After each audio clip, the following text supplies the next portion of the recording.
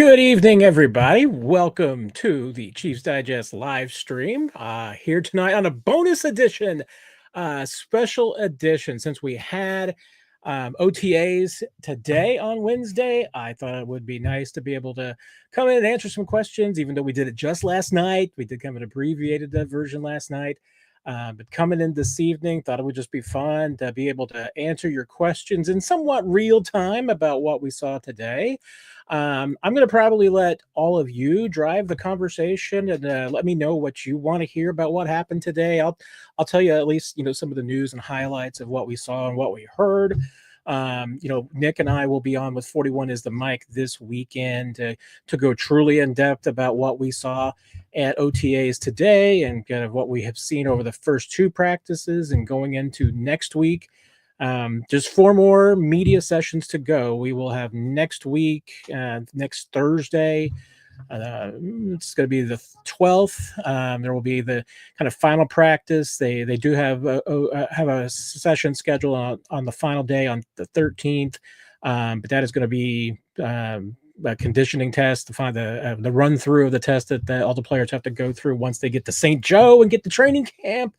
The test they have to pass before they get cleared to participate in camp. So that's going to be the final day of OTAs.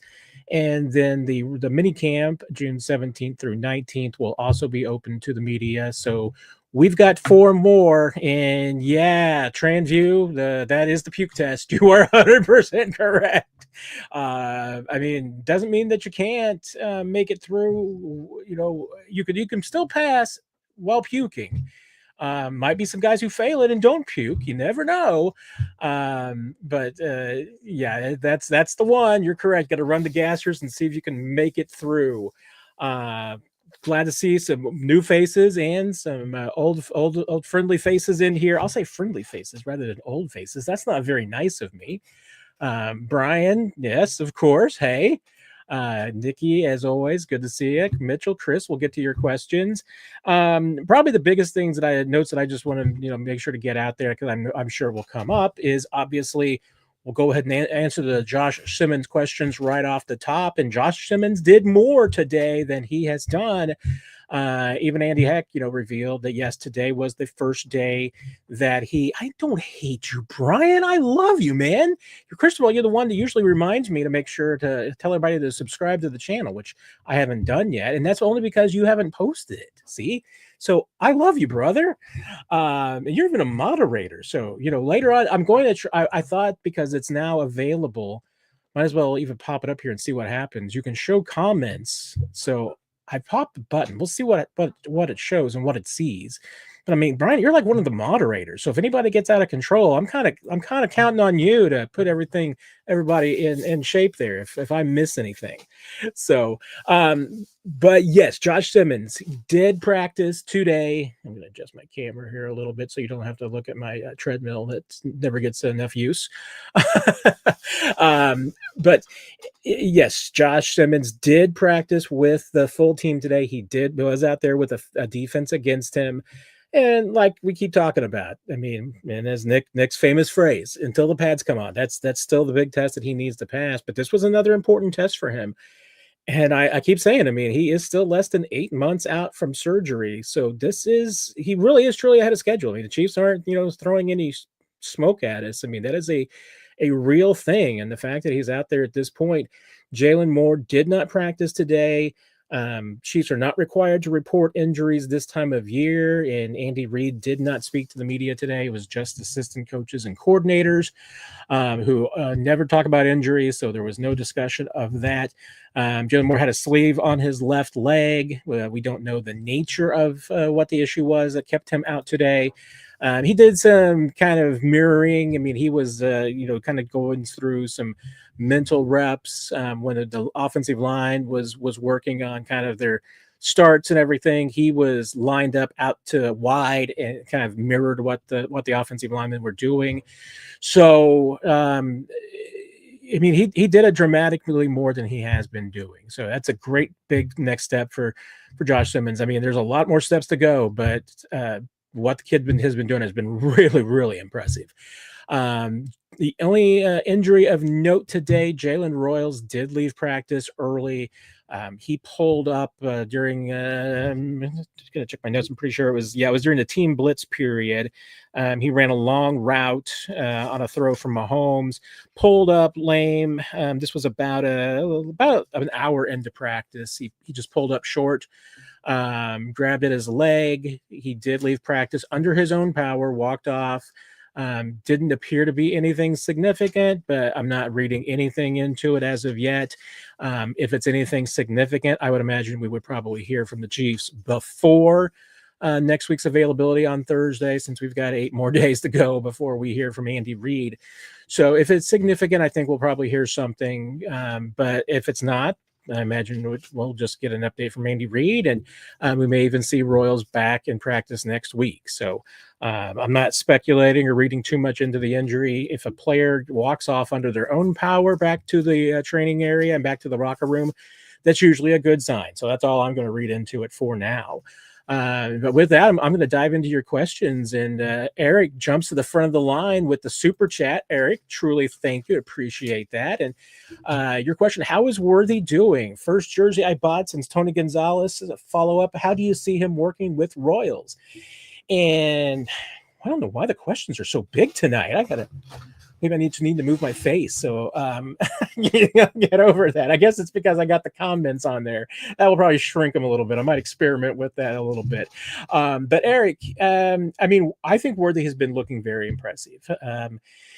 He especially, last week when Rashee Rice was not out there, Hollywood's not out there. He played the role of a leader. I mean, he did. I mean, he was the kind of the first guy up doing a lot of things.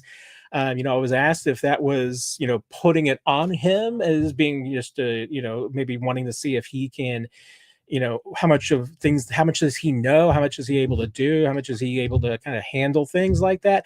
I don't think it was that. I mean, I think it was a lot of it was him just deciding to be the leader and jump out to the front. And, in both the practices that we've seen, I've been really impressed with the way that Worthy is moving. I mean, it's too early to tell. And again, we won't know everything until, as we say, the pads come on. But yeah, I'm looking through here, oddly enough, the first pass, I think, first pass in team blitz went to Rashee Rice. And then the first pass in both 7-on-7 and the second 11-on-11 period went to Worthy. And that final 11-on-11 period, that throw to Worthy was one of the better catches of the day. Mahomes put the deep ball in between Jalen Watson and Brian Cook. They were both there in coverage. Worthy came up with the catch, held on through it through contact, what contact that you get in a practice like this. So pretty impressive. At this point, I mean, my grade, if you're grading, players on this would be, I'd probably give him A minus. I mean, leave room for improvement. But he's been very impressive. And since you brought up buying the jersey aspect of it and everything, I haven't given out a jersey recommendation in a while, and I used to do that at the rookie class to say which is the jersey I would recommend that you buy. And I tell you what, Worthy's been one of those guys that I think has been deserving of being one of those players that the jersey is worth buying. To me, it's usually, hey, do I see them playing more than 4 years in Kansas City? The first player I ever gave that endorsement to is Chris Jones. I'm like, Chris Jones is going to be in Kansas City for a long, long time. One of my predictions came true. But I might be ready to give Worthy that endorsement, because I think you're going to be happy with that choice.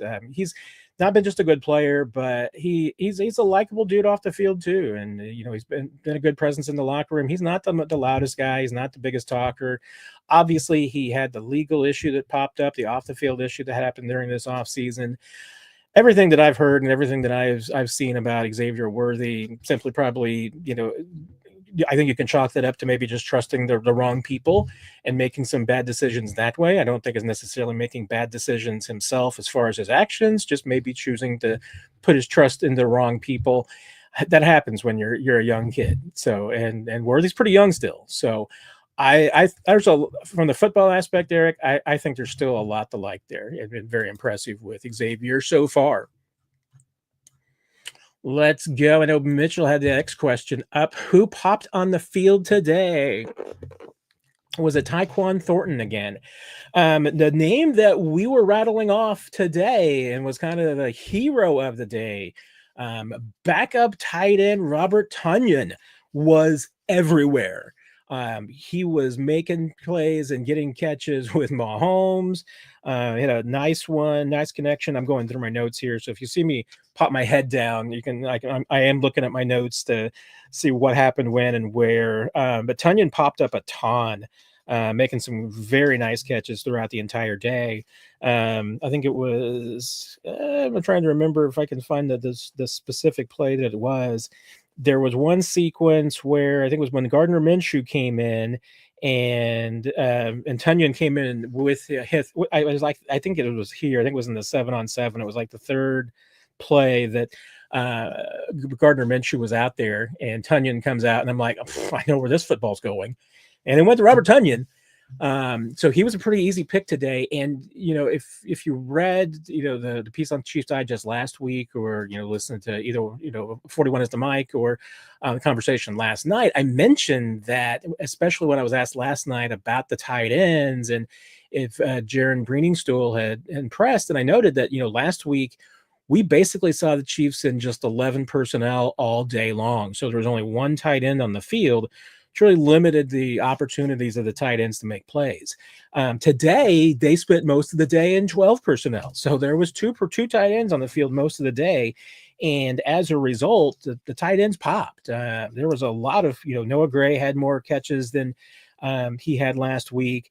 Robert Tonyan, I'm trying to remember. I don't even remember. I was trying to remember if Tonyan practiced last week. I'm feeling like he didn't, but I couldn't remember for sure. I'd have to go back and check my notes from last week.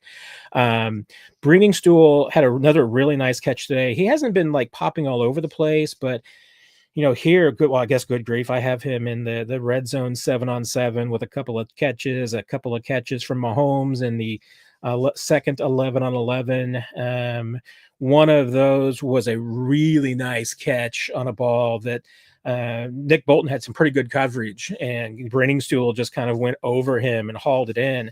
Greeningstool also had another catch that was one of those contested balls going through traffic that he reached out and went to go get the football. Again, Nick and I were kind of talking about that today, because there was one player making a catch that really kind of alligator armed it, because was waiting until the ball came into his stomach and his belly to make the catch. And it's not a good technique. But Greeningstool, you just see him every single time using that size advantage that he has, whether it's his height, being able to go over Nick Bolton like he did and make a catch, or using his arm length to reach out and get a ball and keep it away from the defender. And he's got the hands to make those catches. And as another aside, we did get to see a little bit of the velocity that Patrick Mahomes puts on a football. I mean, we get to be out on the field, so sometimes you still don't truly appreciate just the speed at which Patrick Mahomes throws a football and what these receivers and pass catchers have to deal with. But I was standing next to Adam Teicher from ESPN and Todd Lebo from 810, and it was kind of a busted play, red zone goal line type play. Mahomes scrambled. He ended up throwing a ball, and it was really, kind of thrown towards us. I felt like I really got kind of what it would be like to have a first shooter view of being in Sky Moore's position of the ball coming right to him. It was an absolute laser, and he misfired. It was he put it where only Sky could go get it, and Sky couldn't get over there. It would have been a tough catch regardless. So I'm not hanging that on Sky. It was just a busted play, and Mahomes tried to make the most of it. But that ball came in, and it hit the ground in front of us, and then skidded and hit the fence. And I'm just telling you, that thing, I'm sure it was 60 miles an hour plus. It was, but it felt more like, watching a 98 mile per hour fastball pop a catcher's mitt. And I'd forgotten this, but Adam Teicher was talking about, he got hit with a ball like that a few years ago. in the indoor facility up in St. Joe when Mahomes had a throw that skipped and bounced and hit him, and it's like swelled up and gave him a welt on his leg. So I don't know how sometimes these players can haul in these passes from Mahomes, because he absolutely fires lasers. Chris, when does training camp open up? I mean, here's where I guess I am guilty of being lazy, because you can pretty much just go to the date for the Friday game, which help me here. Is it September 5th? I'm trying to remember, looking at my calendar. You can go 48 days out from that and know what day training camp is going to start. Chiefs have not put out their calendar yet. So yeah, September 5th.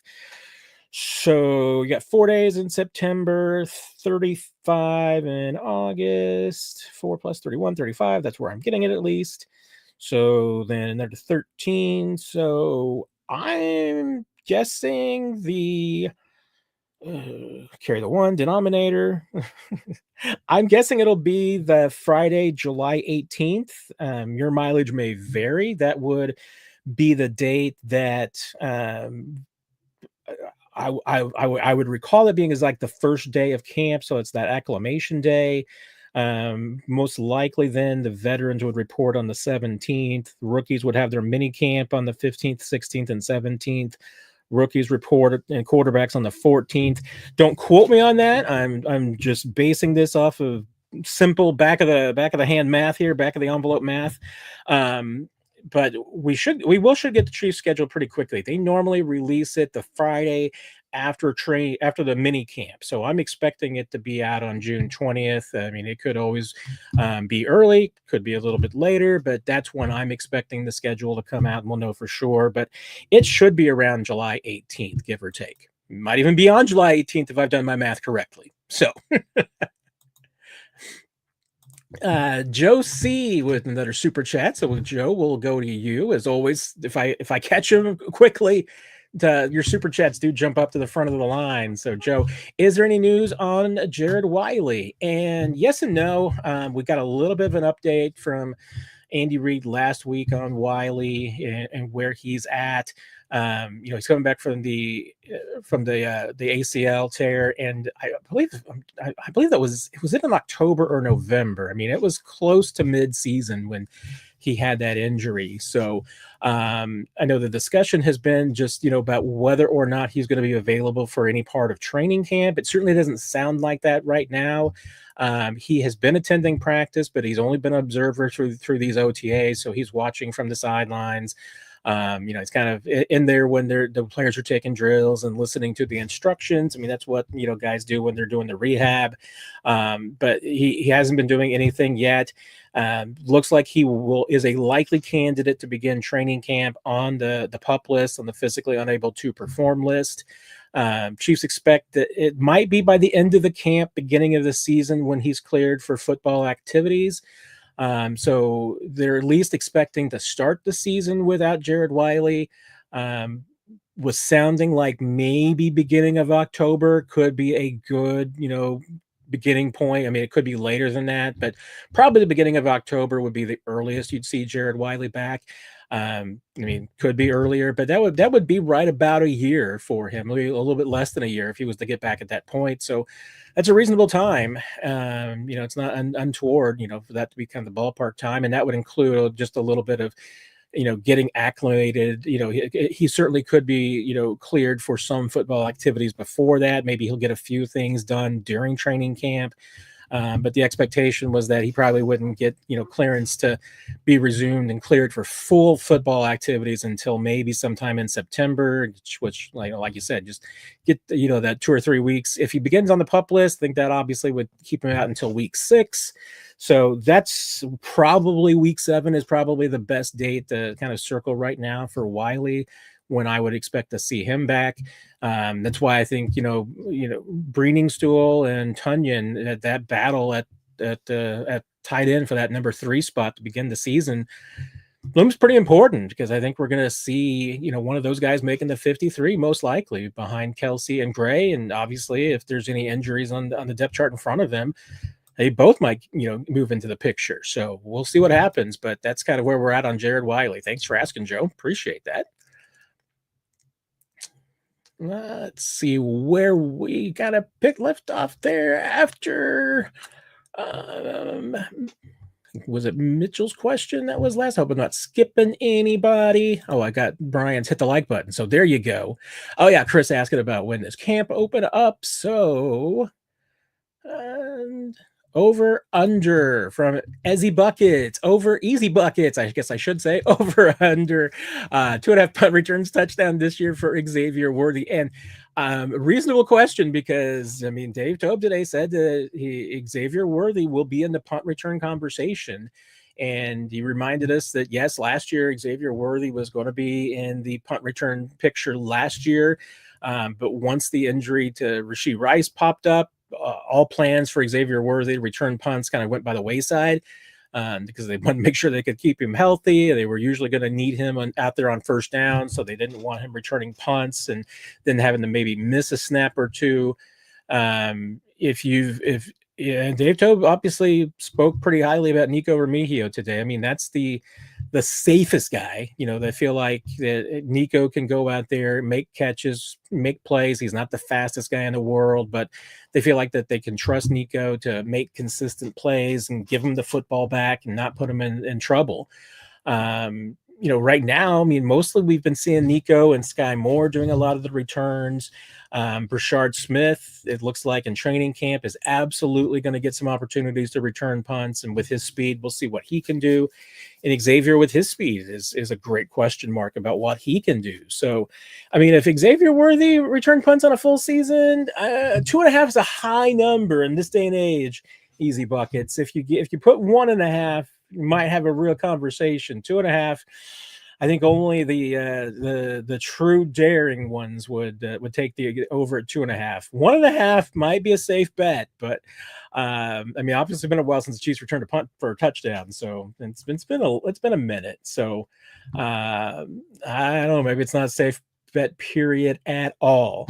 But Xavier, hey, as long as everybody remains healthy, I think you're going to see Xavier on a few punt returns this year. If Nico Remigio makes this team, though, I think that Nico is probably your guy you're going to see most of the time, and it wouldn't surprise me if maybe you saw Worthy mostly in situations where they need a big play. I mean, maybe he's going to be the kind of Tyreek home run guy that if you just need a big home run play, that's who you put in there. We'll see. Jesus, will Spider-Man show up today? I don't know, because Nick is working tonight, so I don't think Nick would be able to have time to come join us. And I did ask for a Spider update. Nick has not seen the Spider since, so we'll see.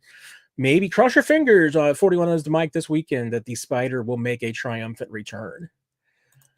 Stephan Demon, I'm a retired driver. I've delivered to the Geo Cave Complex by 435, one up by Worlds of Fun, 435, and the cave system on 291 Independence. Any area up there that isn't limestone cave complexes?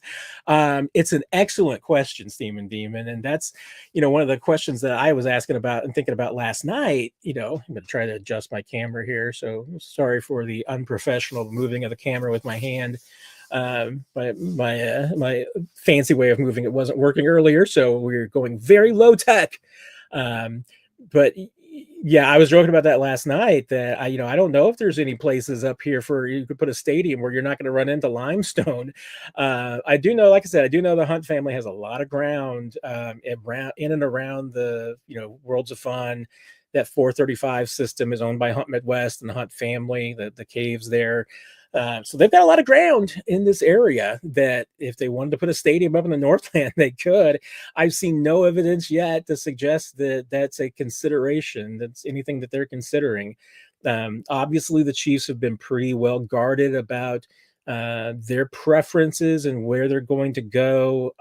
Obviously, most of the conjecture is that they're either going to renovate the existing Arrowhead Stadium or they're going to move to Kansas, and most likely over there in the Legends area. But could the Chiefs be sandbagging us? Could they have a third site that they're considering on? Then I don't know. And like you said, I mean, yeah, I don't know if any of the ground that like Hunt Midwest owns in that area, how much of it is buildable. So yeah, that would be difficult. And I guess not, not necessarily that you couldn't, but it would require a lot of work. It sounds like you understand that. You get that it's clearing an old limestone site so that you can build on it like that would require a lot of work. Sharon, how much of minicamp do media get to observe?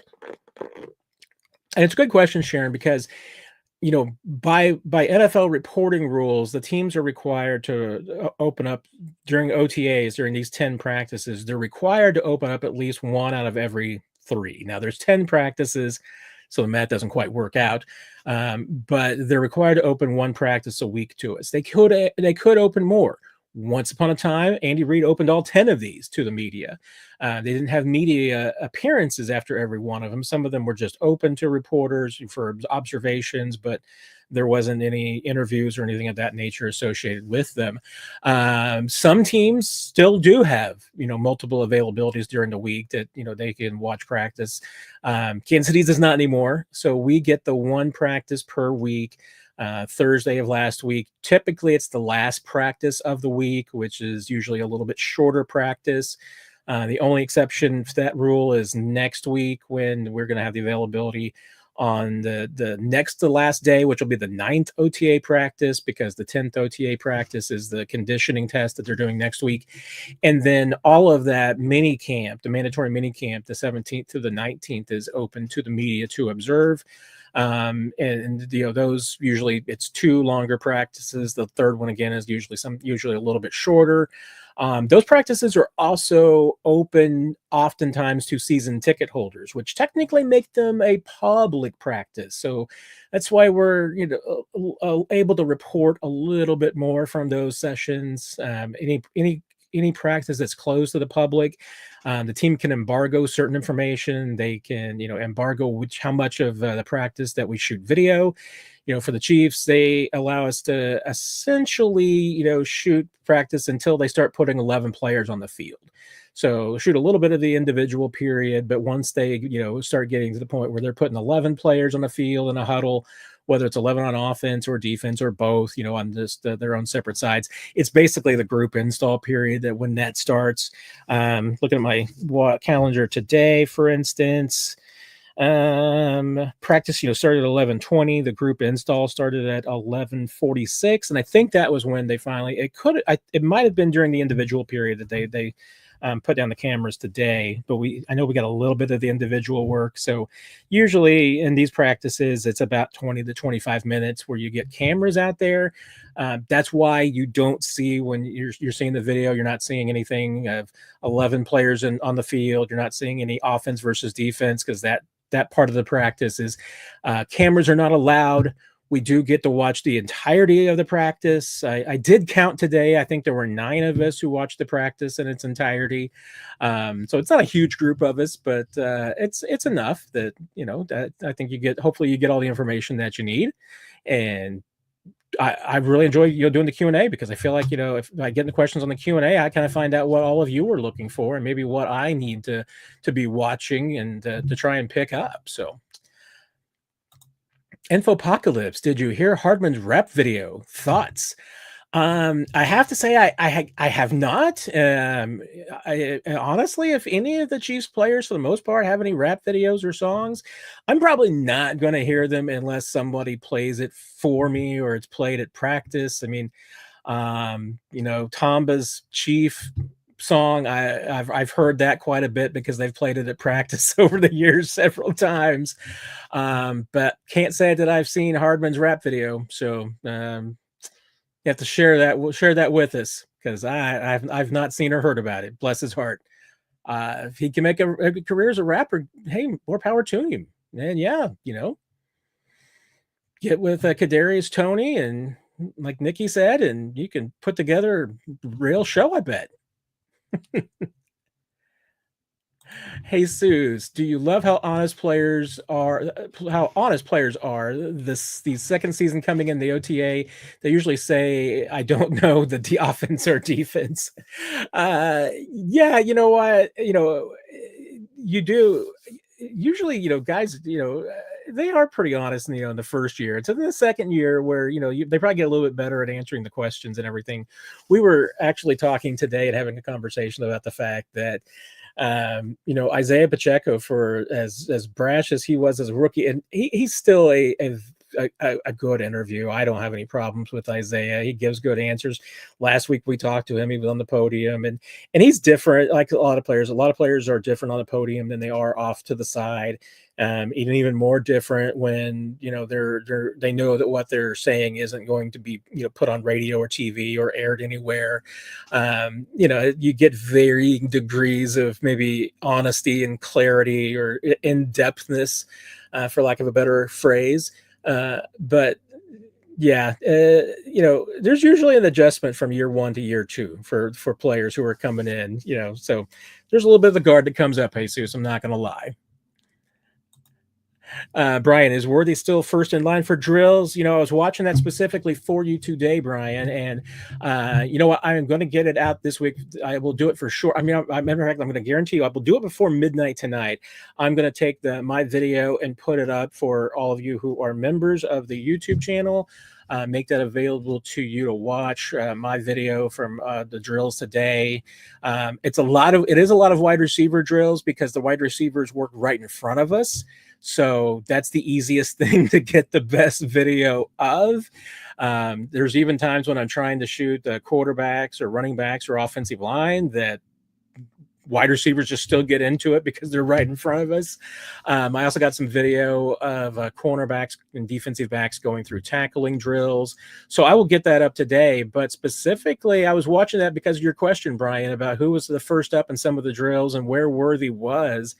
And I tell you what, in a lot of the drills I watched during the position drills and the individual work, Rashee Rice was the first guy up. And that makes sense. I mean, he's the guy who's a veteran. So he in theory, highest on the depth chart and the most experienced, be the guy that would be doing that. And I think that's probably why you may have noticed Xavier, like I said, doing that last week. He may just felt that it was his responsibility because he was the most experienced. He was a little bit, deeper in line today. So, I know in one particular drill, and I noticed it, and you may see it differently on some of the different clips that I post. Rice was the first one through. Remigio was the second. I don't remember how it went next, but Worthy was closer to the end, and there can be a lot of reasons for that. I mean, sometimes God just wants a little bit of extra rest. Maybe a previous drill didn't go real well, or maybe got a little winded, or anything like that. Usually there's a pecking order based on seniority and experience. Doesn't have to go that way though. Sometimes it's just ready football. Next guy up, go. And sometimes you'll have some guys who jump out there and want to be the first guy through the line no matter what. Some guys always respect the seniority, and it's like, nope, we're going to do this in depth chart order. I'm a rookie. I'm going to go last. I'm an undrafted rookie, so I'm going to even go very, very last. Sometimes guys want to prove themselves to the coaches, so they jump in the line as soon as they get their chance because they're like, hey, no, I need to prove myself. I can't hide, so I'm jumping in here.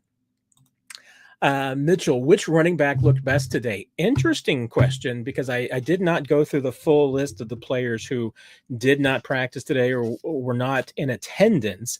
And notable because the Chiefs have, technically 6 players running back. They were out 2. They were like 2 of those today because Isaiah Pacheco and Kareem Hunt did not practice. And Carson Steele, doing individual work, spent most of his time working with tight ends. And I don't think that's significant as of yet because last week he was working with running backs. I think that's simply a part of the more you can do. We saw some rotation today versus last week. Without getting too much into depth charts or anything of that nature, but Kingsley Suamataia worked at left guard last week and Mike Caliendo at right guard. This week that was reversed. So Caliendo was at left guard. Kingsley was at right guard. Hey, if that's an even odd practice number, that would make sense because we were at practice number 3 last week and this was number 6. So if they've been alternating back and forth, on odd even practices, they may be absolutely splitting the time at left and right guard. So those are things that, once again, we just don't get when we get only one practice a week. And like I mentioned last night, I mean, this practice is an hour and 40 minutes, and we actually end up leaving a little bit before that because public relations wants to make sure that we're in the media workroom before the end of practice, so that when practice is over, they're going to be ready to come on in. So we missed like the last few minutes. So I mean, basically, to a degree, we're out there for probably 90 minutes today. 90 minutes, 91 players, 1 minute. Less than 1 minute per player is not enough to be able to tell you what everybody on the roster looked like. So, the fact that the Chiefs were down to just the three running backs today, I can't, just from my memory, I mean, I'll tell you, there wasn't a lot to stand out today. And there was, again, a couple of reasons for that. And one was just that there weren't that many running backs. They basically had three guys who were working. Brashard Smith, Elijah Mitchell, and Elijah Young were those three guys. There were even some snaps, especially in 7-on-7, where they had receivers filling in at running back because the numbers were so light. So, Nico Remigio, I know, took some snaps there in that spot. I'm trying to remember who else, but Nico stood out to me because I was even thinking earlier in the practice that Nico's more built like a running back anyway than a receiver. Maybe he should do some more work in the backfield.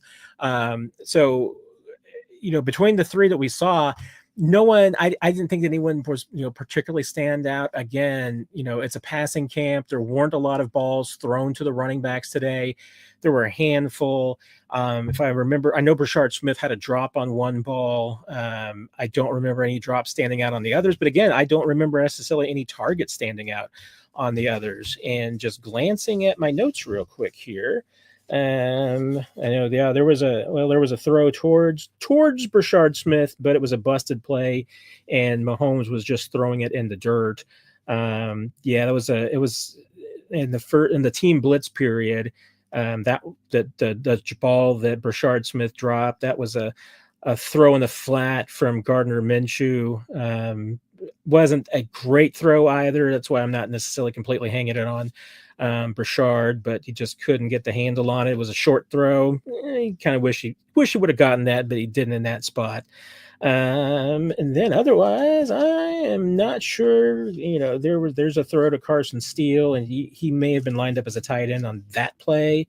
There was a throw from Mahomes in the red zone 7-on-7 to Brashard Smith that Jaylen Watson broke up.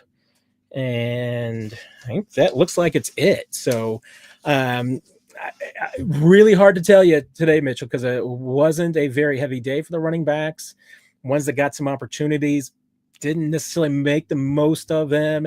And hey, sometimes, the coaches still have, different examples. And a great example is, again, like for me, it's hard to keep an eye on all 90 players in 90 minutes and get the observations. And sometimes I'll be like, hey, it's not even so much as did a player stand out. It's like, did a player stand out for the wrong reasons that looked like they were making a lot of mistakes? I mean, if you had asked me, how did Noel Williams do today?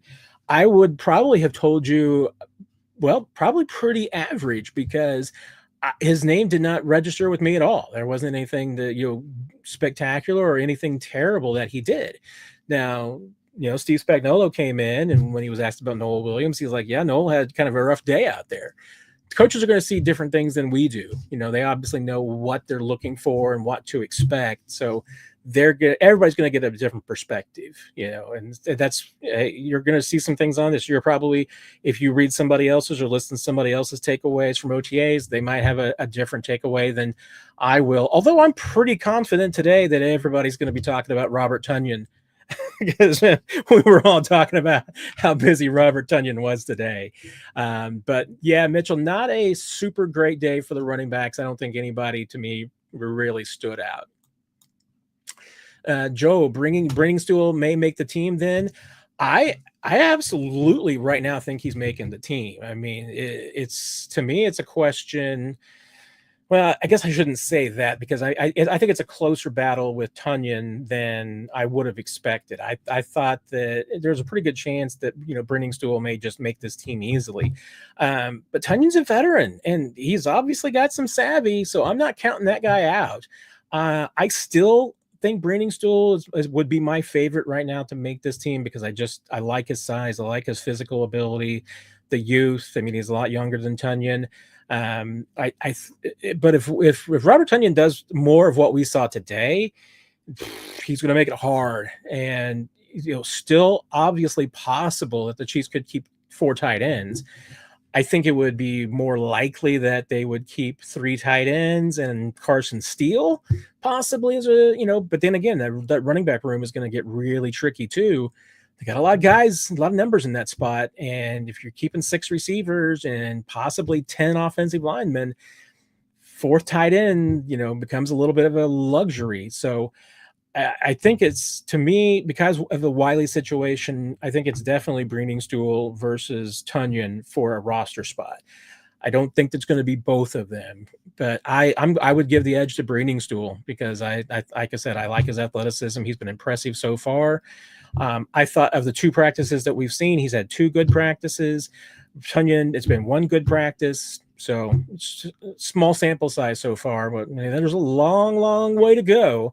And you got to stay healthy. But I think right now I would give the slight edge to Brenningstool. Mitchell Fleming, has Remigio ever made a play on offense? Probably.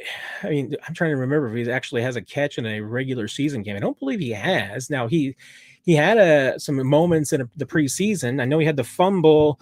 I know he had the 1 loose ball on the punt return, and I think he had another one. They may have gotten the ball knocked out in a catch. I want to say, I'm not even sure if did he get a regular season catch at the end in week 18? Okay, he had 2 catches for 48 yards last year. Both of them were first downs, and so he averaged 24 yards a reception. So I guess give him a little bit there. 2 catches on 6 targets.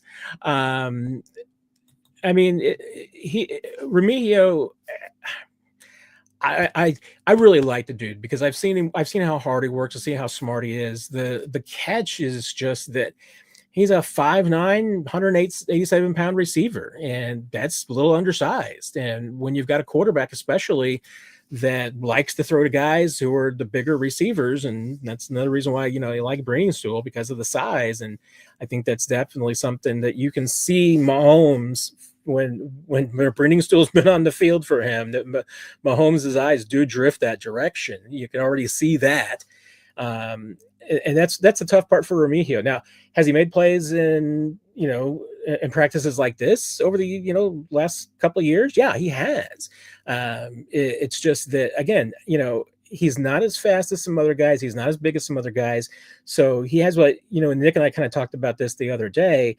There are plays that Remigio makes sometimes that look like, really spectacular plays that are probably easier plays for a guy like Xavier Worthy or Tyquan Thornton because they're bigger and faster. And, maybe Remigio sometimes is just a little too small and a little too slow to get to the ball, but sometimes he gets there and makes the play anyway because he's a grinder. But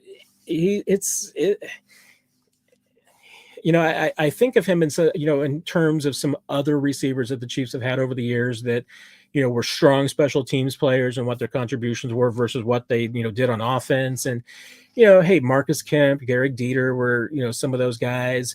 I still think that Remigio has got a little bit of Albert Wilson in him. That's why I still think that there's a possibility that, Remigio, hey, could he be a guy that sometimes goes out and gets you, 1 year gets you 400 yards? I think it's possible he's got that in him. Now Albert was still a little bit bigger and probably a little bit stronger than Remigio is, but that to me would be the best comp for Nico as a pass catcher. But you're right, Apocalypse. I mean, he's a solid returner. He's reliable. He's got good hands, and and even though he's not the fastest guy, he does everything else right on returning punts and special teams. And I mean, right now, I think that we've got a long way to go. We've got like 25 training camp practices. We've got 7 more of these OTAs, and you got some more practices back in Kansas City. So we got like around 40 practices before we get to week 1, and you get to at least trim down your roster to 53. I mean, I think if right now, I mean, based on that, I'd say Nico Remigio and Brashard Smith would probably be your top 2 kick returners, and Remigio would probably be your punt returner. So I think he's making the team, but is he going to be anything more than a 5th or a 6th receiver? That's probably where he's going to be. I mean, it's not asking for any more than that. That's probably too much, but teams need guys like Nico. I don't think there's any doubt about that. Jesus, what coach are you wanting to ask questions to? Well, we did get a ton of them today. We got all 3 coordinators, and we got 4 assistants, and I had questions for just about everybody today. I think the only position coach that I would have liked to have gotten today, if we could have squeezed him in, would have been Connor Embry. Connor kind of flew behind under the radar last year, I think, because he had a rough year in 2023, and and last year with the injuries and everything, I'm starting to think in retrospect that Connor might have done a really good job of coaching last year, and maybe just didn't get the credit for it because the offense wasn't very good. But when you think about the injuries that he had to deal with as a receivers coach and putting it all together, I mean, I think maybe we need to, be coming back and circling back with Connor and talking with him a little bit more about, kind of what happened last year and how they dealt with it, and, what it's looking like this year and how he kind of sees things, coming together. So enjoyed all the position coaches we got today. I mean, Dave Merritt is always fantastic. And you can find all of those videos, by the way, here on the Chiefs Digest YouTube channel. You can go watch all of them from the coaches today. All the videos are up there from the coordinators, and from Andy Heck, who was enlightening about Josh Simmons, and Nick had a great question about the Super Bowl and what you learned from that, and and Andy Heck had an answer. I think he faced it head on. I mean, it was a tough question, but I felt like Nick asked it well, and Andy Heck answered it well. Dave Merritt had a great bit about name, imaging, licensing, that with players coming in and kind of the future, and that was kind of at the end of his press conference. Absolutely worth watching for just that alone. Joe Cullen, getting some insight from him, and I asked both him and Steve Spagnuolo about building up Omar Norman-Lott's workload, and the Cliff's Notes short version of that is that they are not nearly as concerned as I am about taking Omar Norman-Lott's workload up and either giving him more snaps or keeping him productive as he gets more snaps. And I'm trying to remember, we had Joe Blameyer, interesting stuff because we did talk a lot today about Mahomes and the deep ball and how they're trying to get that back into the offense.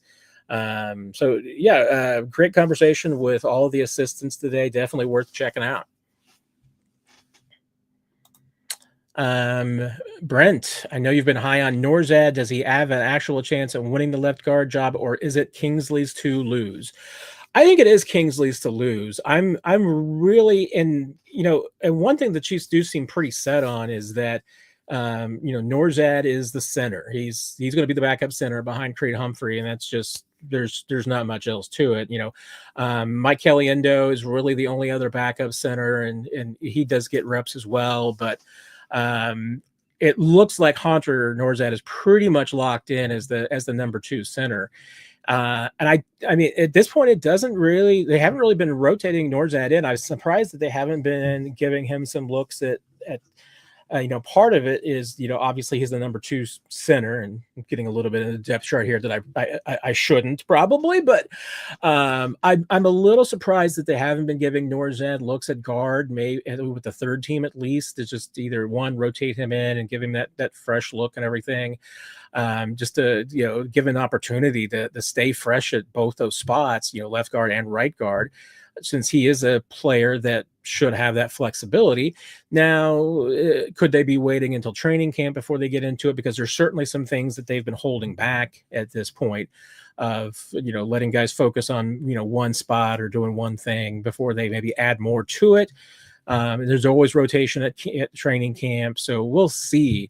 I do think it's largely Kingsley's to lose. I mean, can Caliendo beat out Kingsley for the job? It's a double-edged sword. I mean, I feel like if as and this is no knock against Caliendo, it's just the reality of undrafted free agent who's built himself up versus a second-round draft pick. If you've got an undrafted free agent that you've developed that beats out your second-round draft pick that you clearly haven't developed, that's a problem. I mean, it's good on Mike Caliendo, but it's an indictment of something. It's an indictment of scouting or coaching or both. That you've got a second round draft pick that you drafted to be a left tackle that then can't beat out an undrafted free agent for a starting guard spot. That's a problem. So I do think it's Kingsley's to lose. You know, today Dave Tobe kind of compared Kingsley's development to Laurent Duvernay Tardif, you know, who really kind of blossomed in year 2 and kind of taken to the guard spot. Maybe that's going to be the same thing that happens with Kingsley. Maybe he really takes that spot and finds a home and he's there for a while at that. Maybe gets a second contract even at that guard spot. We'll see. But yeah, I do. I think it is Kingsley's to lose. Caliendo is really the only other player that's in the mix right now. I'm still a little flummoxed about why Nourzad is not more in that mix because I mean, if you're considering that Nourzad is your number 2 center without really much challenge, I just don't know why you're not thinking of him as, you know, and maybe that's part of it. Maybe that absolutely can be part of the equation, which is that if they want Nourzad to be more of that 6th man that is maybe, you know, does back up all 3 of those positions so that if you've got an injury at one of those spots that Nourzad can come in and play any of them without having to move guys around. I mean, if Nourzad won the left guard job, I mean, he's still your backup center. So something happens to Creed Humphrey, well, you're moving Nourzad to center, and now you're moving somebody else in the left guard. Those are things that Andy Reid and Andy Hack do not like to do. So could some of their philosophy and their thinking be that they don't want to put themselves in that situation, that they want Nourzad to be the backup, they want him to be the 6th man? Because I know they're high on Nourzad. I know they like him. So I'm a little curious about why he has not factored more into that guard position. So hopefully I can find out an answer. I mean, I'll be poking around and everything, but we'll see what happens, Brent. Mitchell, look at that hat. Where can we get 41 is the mic gear? Nick and I have continued to talk about this. This, as of right now, is just a 2 of 2. Nick has one. I have one. Channel 41 KSHB got them for us. It was very nice. But we're still working on it, Mitchell. So I'm hoping that by training camp, maybe we can get some hats or get something going. Working on that, and I'm working on the Upco. I'm working on getting some Upco gear. Hopefully, let's got some things to work on. So cross your fingers. Maybe we can work out something by training camp, and we'll see what happens. But I do like that. The hats are pretty awesome. So I don't know how many of you would want them, but I would like them make it so that you can get them. And I might want a second one because these hats are pretty cool.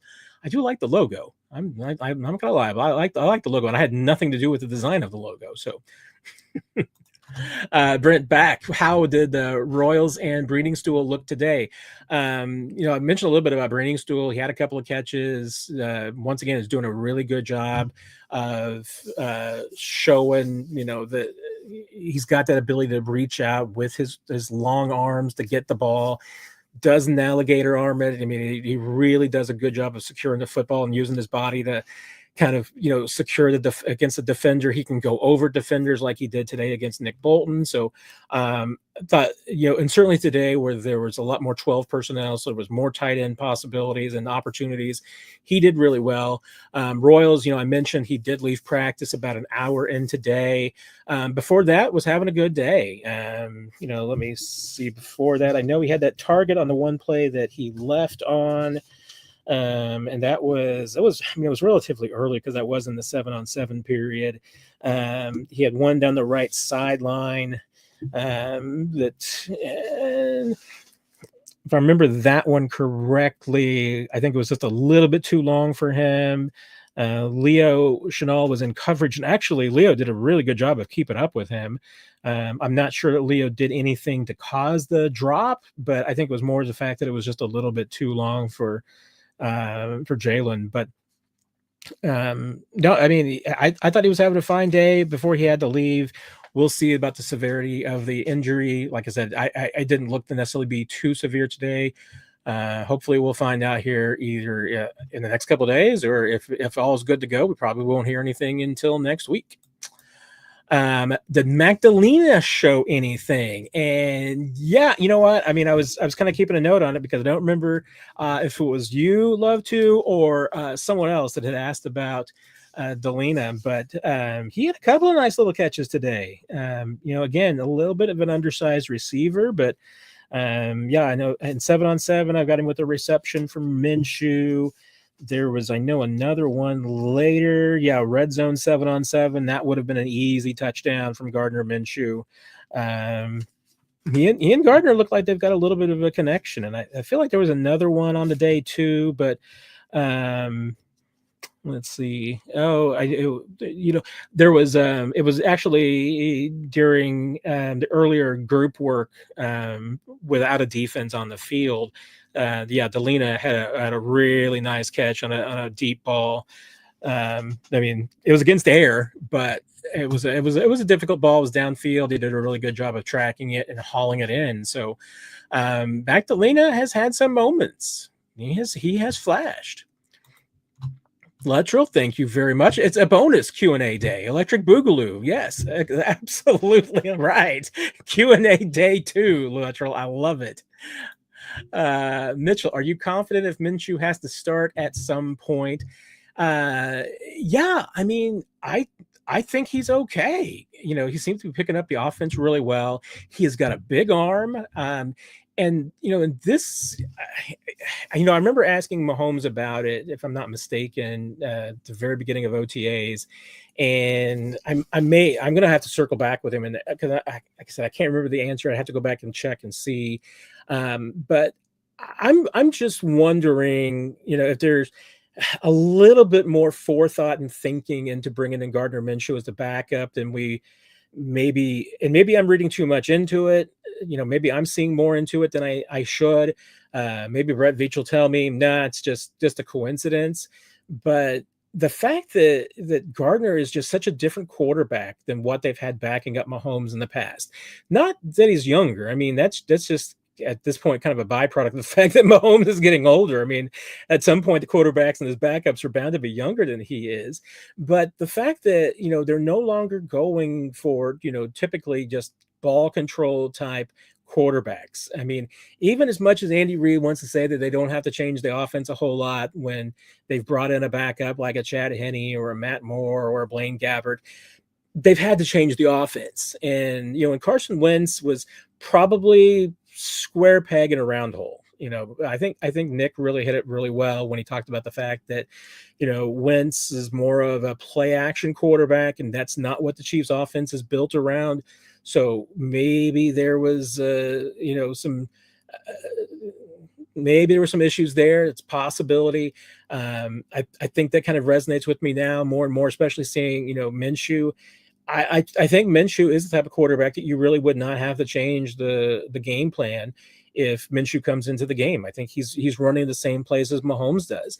He's got the same type of arm talent. I mean, now Mahomes is on a different planet, so I'm not saying that. I mean, Mahomes can make throws that Minshew can't throw, but Minshew can still throw the deep ball. He's still got some wiggle in it, and they think the same way as far as trying to test windows and see what that they can do and push balls and and try to thread the football through to their guy.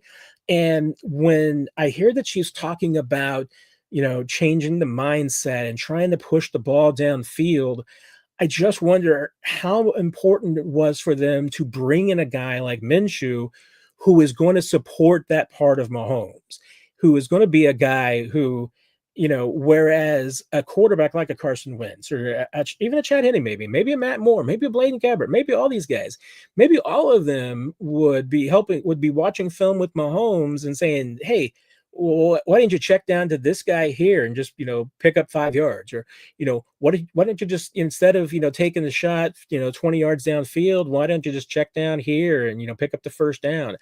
Not that there's not some value in that, but I feel like Gardner Minshew is going to be the opposite. That if Mahomes checks down to the tight end or a running back in the flat or something, I think Minshew is going to be like, man, I don't know why you didn't, try to hit, Juju down here, or hey, you should have tried to go get Rashid. There was a window there. I think, the feedback that he's going to get and the insight that he's going to get is going to be different as a sounding board having Gardner Minshew in that quarterback room than what he's had in the past. Maybe I'm on another planet, but that's just kind of my gut feeling. And maybe it's just a coincidence that they brought in a quarterback like this, but I feel like that either one of two things, if not both, is true. That one, the Chiefs intentionally went out to find a quarterback as their backup that would fit more with what Mahomes does, so that if this quarterback did have to start, they don't have to make as many changes. They can do what they want to do. Or two, that they wanted to bring in a quarterback that was going to reinforce the gunslinger down the field mentality of Mahomes. Like I said, both could be true. One of them could be true. I don't think neither one of them is true. I think one of them is true for sure. Nikki, will you ever create some exclusive emojis for members? Ooh, you know what, Nikki? I'm not gonna lie. Didn't know that was a possibility. So I am officially putting that on the list. So there are a lot of things I should be doing and can do for our members here on the YouTube channel. So that's officially going on the list, Nikki. So now that you have put that out there, I am going to research it. So, and hey, if there's anything else that you guys want, since I do a terrible job of giving you exclusive videos, I'm actually have been talking with Nick about doing more exclusive videos for members once we get to training camp, and there's daily content and a lot of things going on, and getting into the regular season too, it'll be a whole lot easier. Of doing some daily, quick videos of just recapping the day at camp for our members. So if there's other things that you all would want, let me know, because that is absolutely for the YouTube channel. That's like my top goal for 2025. The 2025 season is doing more stuff for the members and for those of you. So Nikki, I truly appreciate that. And if other members have got some ideas, or you're not a member and you would join if I did something, let me know here in the comments, or throw it anywhere. Ask it on the YouTube channel page, anywhere in the comment section. You can hit me up on X too, and Facebook, you name it. So if you got some ideas, fire away. I knew this was going to be coming at some point. Daniel wanted to ask about the trade talks going on. Heard a lot about Breece Hall and Kyle Pitts. Anyway, if you could get one, who would it be? Good question. I think Breece Hall, in theory, with healthy, would be a really good fit with this offense. As high as Nick and I are on Brashard Smith and have been, and think that he can be a really good fit for this offense too. In theory, Breece Hall would be a really good fit. And now that it looks like Kyle Pitts may actually be available for a trade, I don't know. There's something about the Pitt situation that just has me a little apprehensive. I mean, I get it. I know why a lot of people think that he would be a good fit in Kansas City. There's something gnawing at me that I just can't quite place my finger on, that just makes me feel like it would not be a great idea. So I could be an outlier on this. There's no doubt about that. I could be on the wrong side of this one. I think my choice would be Breece Hall, but again, I feel like that the Chiefs have got a really good running back group. And I really like Brashard Smith, and I think he can do some of the things that Breece Hall can do. But Breece Hall's a really talented player. So choosing between these two, because I say the same thing. The one thing that this offense is missing to, really recapture the fire of Mahomes in year 2, year 3, it's having an elite running back. What they were able to do when Kareem Hunt was an elite running back, there was no way to defend this offense. just simply wasn't. And I think they're close to having a receiver group that's now similar to that. When you think of Tyreek Hill and Sammy Watkins, Demarcus Robinson, McCole Hardman, I think they're close to having that group as a receiver group now. They don't. I don't want to say that because I started to say they don't have a Tyreek Hill, but you know what? Tyreek Hill was a 1,500-yard receiver. Rashee Rice is a 1,500-yard receiver. So they've got it. I mean, is it the same explosiveness? It could be. I mean, they could end up with, if Xavier Worthy just gets a few deep balls and, and maybe you don't recreate the Tyreek Hill numbers with one guy. Maybe you do it with a couple of guys. And then you maybe have a couple of other guys that supplement you in better ways. I mean, hey, can Jaylen Royals do what McCole Hardman did as a rookie? Conceivably, yeah. I mean, I think he could. It's a second round pick versus a fourth round pick, so I temper my expectations. My expectations for Jaylen Royals are a lot closer to Chris Conley than it is to McCole Hardman in year one, but it wouldn't shock. The only reason it would shock me that if Jaylen Royals had numbers closer to McCole Hardman as a rookie would just be because I feel like, it's entirely possible if Mahomes goes out for 5,000 yards, then yes, Jaylen Royals can absolutely put up some numbers. Otherwise, if Mahomes throws for 4,000 yards, then you're probably meaning that a couple of the guys in front of him have underperformed, whether because of injuries or performance, what have you. So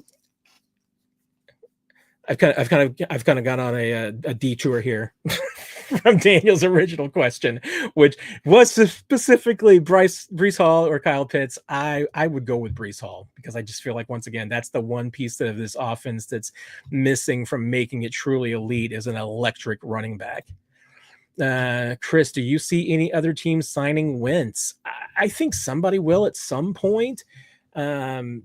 There's going to be some injuries, so he's probably going to pop up somewhere. He's too reliable. He's not going to. I don't think he's going to win somebody a Super Bowl at this point in his career. Can he, kind of hold the tide while maybe a young guy is learning? If your veteran quarterback gets hurt or your young guy is struggling and needs somebody to kind of bail him out for a little while. Those are kind of things that Wentz can do. So I think he still has an opportunity to play in the NFL, but he there's no doubt. He struggled in some ways in Kansas City. And I think it's, once again, it goes back to what Nick said. I think it's just got to be the right offense. And there's going to be some offenses around the league that aren't right for Carson Wentz. So soon as a job opens up with a play action offense that needs somebody like him, I bet he gets a call. So Sean, was Nick satisfied by Andy Heck's answer to his good question? You definitely weren't. I'm going to let Nick speak for himself on the 41 is the Mike podcast. I thought, to give my just brief answer before we, because I know we're going to talk about it on Sunday on the podcast between Nick and I thought Heck answered it directly. I don't think he tried to sidestep it or anything like that. Had that not been the last question that was called on, my follow-up would have been just dealing with the accountability that, Andy Reid talked about everybody on this team owning a piece of that Super Bowl performance, and what part did, Andy Heck feel like that his position group owned of that. Pretty similar to Nick, so that's why it didn't hurt my feelings that I didn't get a chance to ask it, and there may be other times down the road where it's appropriate to ask that question. I think we're still going to be talking about the Super Bowl fallout and how this team responds to it for a while. But hey, Andy Heck didn't sugarcoat it. He's admitted his unit got its butt kicked, and admitting you have a problem is the first step in solving it. So. I thought I give Andy Heck credit for, at least answering the question head on and not trying to dodge it and not trying to answer another question that maybe he wished had been asked. Hey, Jason, if I'm ever able to get a signed Mahomes jersey, I will definitely make that. I would definitely do that as a prize for members. I'm assuming I will never get a signed Mahomes jersey, but not not really allowed to ask for that when you're a media member. The asking for autographs is, like the one of the most taboo things that you can do. So I'm definitely never asking Patrick for an autograph. I did tell him, I mean, this is my sad emotional story. I told Patrick a few years ago, because my second book was the championship book, but my first book was his the biography that I wrote for Mahomes in 2018. And I told Patrick, I brought him a copy of the book to make sure that he just had one, and his sister had one, and so that's how he had already seen it, and he said he hadn't read the whole thing and gone through it, but he saw it because his sister Mia had a copy of it, and so I gave him one just to make sure he had it, and I said, hey, look, if I was ever going to break the rule and the taboo rule of asking you for an autograph, I was like, I would have asked you to autograph my mom's copy of the book, but I'm like, I can't do that. So that's the only time I ever would have asked Patrick Mahomes for an autograph, because like I said, not really ethical for journalists to do that. So oh yeah, no, I mean, TJ, Dave Merritt is the defensive backs coach in Kansas City right now purely by choice. He kind of even alluded to that today, that acknowledging that, hey, he knows that sometimes the grass is not always greener, and I think originally it was still part of his NIL answer, but he kind of got into it about his own self and everything. There's no doubt. I mean, if Dave Merritt wanted to be a defensive coordinator somewhere, either in college or the NFL, I think he could be one right now. And I mean, I've been covering this guy for a few years. And I don't mean this in a bad way, but he reminds me a lot of Eric Bieniemy in different ways, because they are very different coaches. But Eric Bieniemy was, when he was a position coach, especially when he was running backs coach, I think a little bit less so as coordinator, but when he was the running backs coach, Eric Bieniemy was one of those guys that even us reporters, we would listen to him, and we would talk to him in these press conferences and these scrums. That's usually how we ended up getting running back coaches back in the day, position coaches. It was usually scrums. We would run through a wall after talking to that guy. And Dave Merritt's the same way. I mean, I hear Dave Merritt talk about football, and I want to go out and hit somebody. So I think absolutely. I think he's really got that kind of CEO personality. So I think he'd make a really good coordinator. I think he'd make a really good head coach. I think it's going to happen someday, but I think it's up to him. I mean, a big part of why he's been here is he wanted to be in Kansas City, with his family, and get his kids through school and everything. So I think that's a big part of it, not wanting to uproot his family. So I think he's here by choice, because he also knows he's in a really good spot. This is an organization where, as it was mentioned today, there's no drama. Everything is professional. Why, hey, if you're Dave Merritt and you're being paid pretty well and you're in a spot that you like, why do you want to go be defensive coordinator at some place that's terrible? No reason. And that's kind of been his philosophy. So at some time that's going to change. Sometimes he's going to be like, hey, all right, it's time to move on, and it's time to take the next step up the ladder. And if that's not available in Kansas City, then he may very well move on somewhere else. And I wouldn't begrudge him at all. He's absolutely earned it and deserves it. So yeah, he's definitely one of those guys that, like I said, and one of those coaches that you listen to it and it's like you just want to run through a wall for those coaches, and he's one of them. Yeah, Rick, to my knowledge, as of earlier today, Nick has not seen the spider since Sunday. So I'm hoping for a Sunday, return. The spider's been away for a week. Hopefully we'll show back up on Sunday during 41 as the mic. That's what I'm hoping for. That's what I'm crossing my fingers for. Last call. If anybody else has some more questions, I think we've gotten to the end of the match here. So final call. If anybody else got anything else they want to talk about. Nikki, definitely need a wait until the pads come on emoji, and your mileage may vary one, but don't know what they would look like. Well, now I have a mission, Nikki. Thank you very much. I've got a project to work on. Yeah, there's been a few things that if we ever open up the Chiefs Digest store, I do want to work on. But yeah, putting together some cool stuff like this for the YouTube channel members, I definitely would be interested in. So appreciate the ideas. Anything else? All thanks. Keep them coming. I mean, like I said, if I ever get my hands on a Mahomes signed jersey, I'll definitely offer it up as a prize to one of our channel members. So love those ideas. Anything else, keep them coming. So think for wrapping up then, if there aren't any other questions out there for tonight, mileage sign with a dude shrugging. There you go. I like that, Sean. I agree. It seems like it could be possible. We'll see what we can work on. We will, Nick and I, like I said, we would be back with 41 is the mic on Sunday, where we're going to do our deep dive, in-depth look at what happened at OTAs this week.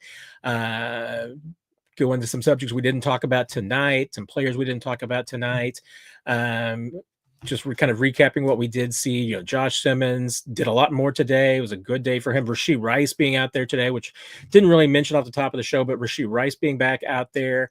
Probably still a little bit of rust, which is absolutely to be expected, but hands look smooth. I thought the stride looked fairly smooth. You can see the speed. I mean, he's not at 100% speed right now, which that's not what this time of year is for. I mean, it's not walkthrough pace or speed at this time of year, but let's face it, it's not training camp pace either. So I think I felt like, watching Rashee today, that he's just exactly where you need him to be. Is he all the way back yet? No, I think he's working on it, coming back. But, is he in the right direction? Absolutely. I mean, there was, concern at some point that maybe Rashee wouldn't even be out on the field for OTA. So the fact that he's already there and he's in team periods and moving well, all good news there.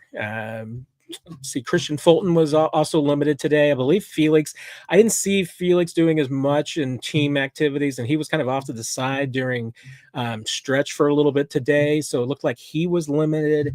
But the fact that, Rashee and Josh Simmons, I mean, I would have to, even though the Chiefs don't do an injury report or anything of that nature, not required to do that at this time of year. I mean, if I were filling out now, I think I'd have to put down full participant for both those guys, because it certainly seems like, I mean, the fact that they were both out there, during 11-on-11s, during full team drills, that's kind of the minimum line about being a full participant, and they were. Jason gets in the final question. How many years do you believe Chris Jones has left in the tank? In the most is the most dominant defensive tackle in the league. I mean, as far as being at the top of the league, I mean, I feel like there's a pretty short window here, Jason. I mean, because looking up, I mean, I always get Chris's age. I think I always get him off a year, I think, because he's going to be 31 a month from now. I mean, he's always going to turn. This is his age 31 season. I mean, I think as long as Chris can stay healthy, I mean, I feel like he's a Hall of Fame player, and a Hall of Fame player, to me, at that position, can still be, I think, not if not elite, then one of the elites through 32, 33, if they can stay healthy. I mean, I didn't see any. I really didn't feel like I saw any evidence last year that Chris was, taking a step back or was a step slower. I didn't see any of that. Now, hey, the production, the sacks weren't there. Everything else was. I mean, Chris was one of the most productive players as far as hurries go, quarterback hits, pressure rate, all of that. And any number of people will tell you that, the correlation between pressure and sacks is dubious at best. That it's such a small sample size, with a 17-game season, and the numbers, it's not like, it's not like baseball where you're getting 500 at bats and, you get 500 cracks as a quarterback. I mean, yeah, you play, Chris Jones plays 700 snaps. He's not all of them are pass rush snaps. So there's that. Sometimes, you're not the one set up to be the guy that's getting the pressure on the quarterback. There's sometimes you're isolated, sometimes you're not. Sometimes you're double teamed, sometimes you're triple teamed, and Chris is responsible for beating those things. And last year, you know what? I mean, there were times that he did and still got pressure on the quarterback. But the fact that if you have a X amount of sack pressure rate, it never results in X number of sacks. That's just not the way it works. So I look more like what Chris did last year, and I look at the pressures, I look at what he was able to do, and the sacks don't bother me because he could have the exact same pressure rate this year and have 10 more sacks. That's just the way it kind of works. So it would not surprise me at all. Like if Chris was back, double digit sacks this year, even with the same metrics across the board. Sometimes it can just be the slimmest of differences between what turns a pressure into a sack. So I feel like I said, seeing no evidence that Chris was taking a step back last year, I'm betting he's not going to take a step back this year. That he's still not a step slower. I mean, we don't get to see evidence of that yet because they're not physical enough yet. But we'll see what happens when they get into training camp. But if Chris doesn't lose a step this year, he's still going to be elite. And I think he could do that for, this is going to be age 31 season. I think he could still do that through age 32, age 33. And honestly, when Chris does lose a step, he's still going to be a really good player. Now, he's not going to be worth a $28 million cap hit or something of that nature. You're going to want to, if you're going to have Chris Jones around, you're really going to want to have him on a more affordable deal. And I think that there's a possibility you can work that out.